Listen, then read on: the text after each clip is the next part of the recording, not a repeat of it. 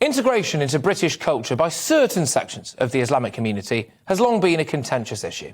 Huge amounts of immigration at a rapid rate has led some to think that their area has changed irreversibly. Other people, of course, celebrate this as a sign of diversity and multiculturalism. But the hijab, or the headscarf, and the burqa is probably the most visible expression of religious dress and tradition. The burqa certainly, anyway, is seen by many as a barrier to integration. I've always been in favour of religious expression from any religion, frankly. My view is that if we want to be OK with people wearing a crucifix or a Jewish kippah, then I suppose it has to be fine, doesn't it, for women to wear the full veil or the headscarf in public. My concerns about this, though, are: do women feel like they want to wear the burqa or that they're pressured into it? The idea of dressing modestly is fine, of course it is, but why is it that some women are supposed to cover up head to toe? Does that say more about the men than it does about anything else? Various human rights organisations point to many Islamic countries being very male-dominated, that women are treated as second-class citizens, and that it can be used as a device for male control.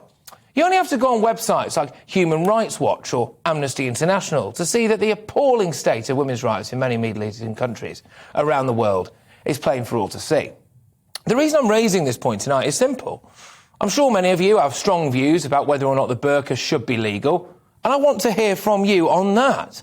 But it's also because French presidential candidate Marine Le Pen has said she wants to fine anyone who's seen wearing a headscarf in public. So not simply the burqa, but the headscarf as well. It's important to have a bit of context, really, when it comes to France. Now, France has actually already banned obvious religious symbols in schools, full face coverings in public. But it's not that unusual, you know. You may be surprised by how many countries have banned the burqa or headscarf. Belgium, the epicentre of the EU, banned full face coverings, a rule that was actually upheld by the European Court of Human Rights. Switzerland, Denmark, Austria, Sri Lanka, the Democratic Republic of Congo, Chad, Gabon, they've all outlawed it. So my question for you tonight is this: if you could ban the burqa, would you? And why?